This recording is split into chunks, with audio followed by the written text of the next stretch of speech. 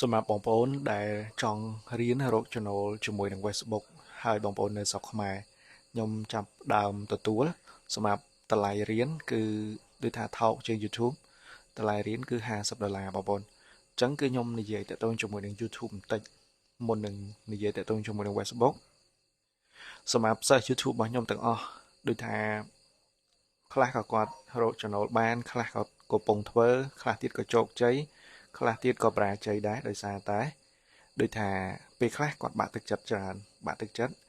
ដោយសារតែគាត់ធ្វើនឹងអត់ទៅមុខ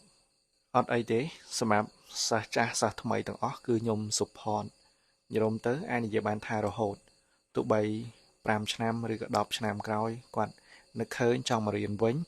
គឺខ្ញុំនៅតែបរៀនគាត់ហើយបើសិនជាគាត់តនេចង់មកជួបខ្ញុំផ្ទាល់អត់អីទេមកជួបខ្ញុំបានគឺខ្ញុំនឹងដូចថាដាក់ទីតាំងកន្លែងណាមួយឬក៏ឧទាហរណ៍ថាបងប្អូននៅឆ្ងាយអញ្ចឹងខ្ញុំត្រូវទៅខេត្តហ្នឹងអញ្ចឹងបងប្អូនអាចយល់ទៅសួរខ្ញុំបន្ថែមបានតាក់ទងជាមួយនឹងការធ្វើក៏ដូចជាបញ្ហាដែលបងប្អូនជួបអូខេសម្រាប់តម្លៃ YouTube គឺនៅតែតម្លៃប៉ុណ្ណឹងដដែលទេបងប្អូនចង់រៀនគឺអាចឆាតបានពួកឯងនៅលើ YouTube បងប្អូនអញ្ចឹងចំណុចមួយគឺយើងត្រូវចាប់ផ្ដើមពីតូចហើយយើងត្រូវរៀនច្រើន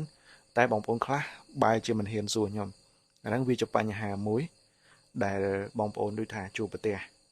សម្រាប់ការទទួលដូចថាបរិញ្ញា Facebook គឺខ្ញុំចង់និយាយដែរបញ្ហាហ្នឹងនៅលើ Facebook នេះសម្រាប់ខ្ញុំទទួលបរិញ្ញាគឺខ្ញុំទទួលបរិញ្ញាតែ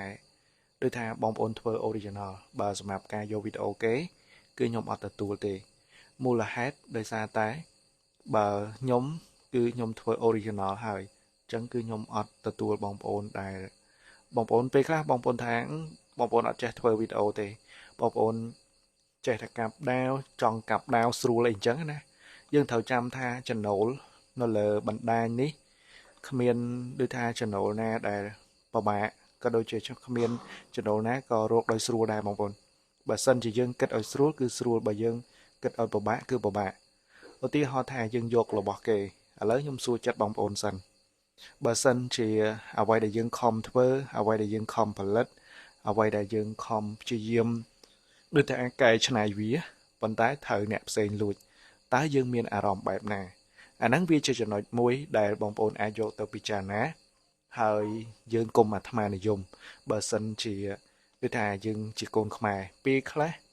យើងថាអ្នកផ្សេងគឺជាចោរប៉ុន្តែបែរជាខ្លួនយើងចង់ធ្វើចោលដូចគេដែរអាហ្នឹងវាជាដូចថាលក្ខណៈផ្ទាល់ខ្លួនរបស់ខ្ញុំអញ្ចឹងក៏ខ្ញុំប្រៀនបងប្អូនហ្នឹងឲ្យធ្វើដូចថាវីដេអូខ្លួនឯងដូចគ្នាសម្រាប់បងប្អូនដែលមានចំណូលចិត្តទាក់ទងជាមួយនឹងការផលិតវីដេអូខ្លួនឯងហើយចង់បានអ្នក support ណាអញ្ចឹងបងប្អូនអាចរៀនជាមួយខ្ញុំបានអាចចុះឈ្មោះរៀនបានសម្រាប់តម្លៃគឺ$50ហើយខ្ញុំប្រាប់លក្ខខណ្ឌបងប្អូនមុនទី1គឺ original ទី2ត្រូវតែតស៊ូព្យាយាម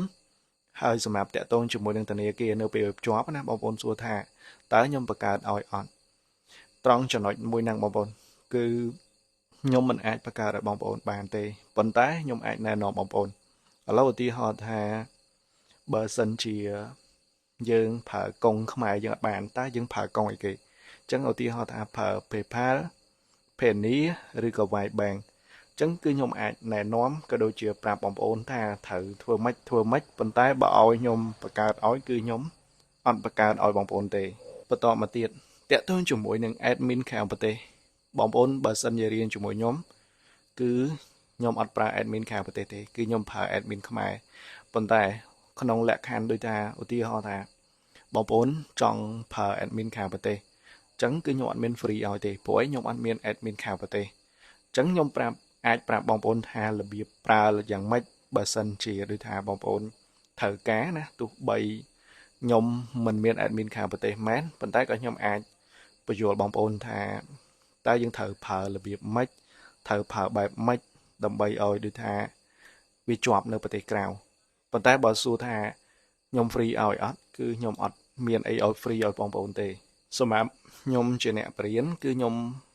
ដូចថាអាចជួយបងប្អូនទៅលើដូចថាការបង្កើតវីដេអូទាក់ទងជាមួយនឹងការកាត់ហើយបើសិនជាបងប្អូនដូចថា dương thưa từ bồn tá dương thờ chập đàm pi cho nói na cho nói tôi ấy khác chẳng cứ nhom nâng thưa ca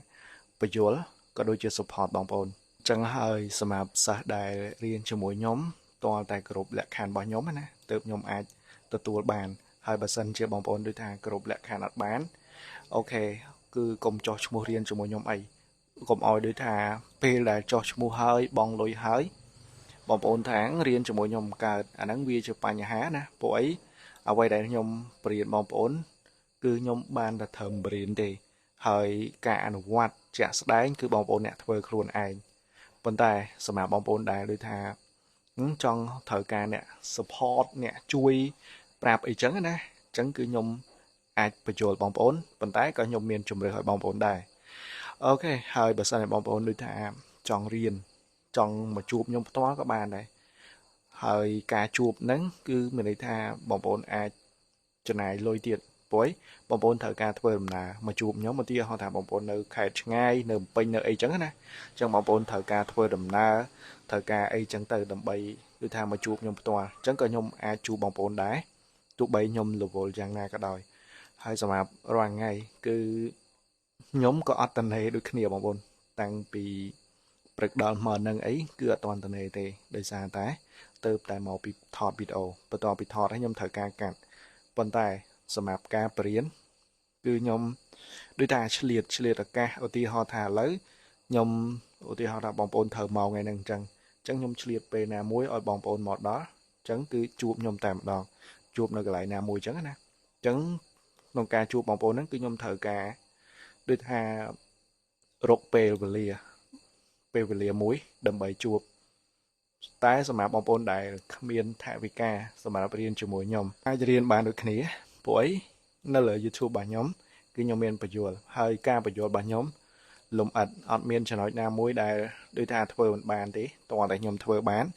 ខ្ញុំបញ្យលបងប្អូនអាចចូលនេះមកកាន់ channel របស់ខ្ញុំមកហើយបងប្អូនអាសាមើលកន្លែងនេះសារបង្ហោះរបស់ខ្ញុំណាមានអ្វីដែលថ្មីគឺខ្ញុំតែងតែ share ចូលកន្លែងហ្នឹងដើម្បីបង្ហាញបងប្អូនថាធ្វើមិនអញ្ចឹងណាព្រោះអីបងប្អូនតាក់ទងជាមួយនឹងការធ្វើនៅលើ online នេះវាអត់នៅដដែលទេវាតែងតែមានអ្វីដែលថ្មីអ្វីដែលបងប្អូនត្រូវចេះហើយសម្រាប់វីដេអូនេះក៏ខ្ញុំអត់មានអីច្រើនដែរតែសម្រាប់បងប្អូនដែរដូចថាចាប់អារម្មណ៍តាក់ទងជាមួយនឹងការធ្វើមិនថា YouTube មិនថា Facebook គឺខ្ញុំទទួលបរៀនហើយសម្រាប់ Facebook គឺតម្លៃដែលខ្ញុំទទួលបរៀនហ្នឹងគឺ$50បងប្អូនអរគុណច្រើនសង្ឃឹមថាបងប្អូនដែលដូចថាចង់បានអ្នក support ម្នាក់អញ្ចឹងបងប្អូនអាចចុះឈ្មោះរៀនជាមួយខ្ញុំបានអរគុណ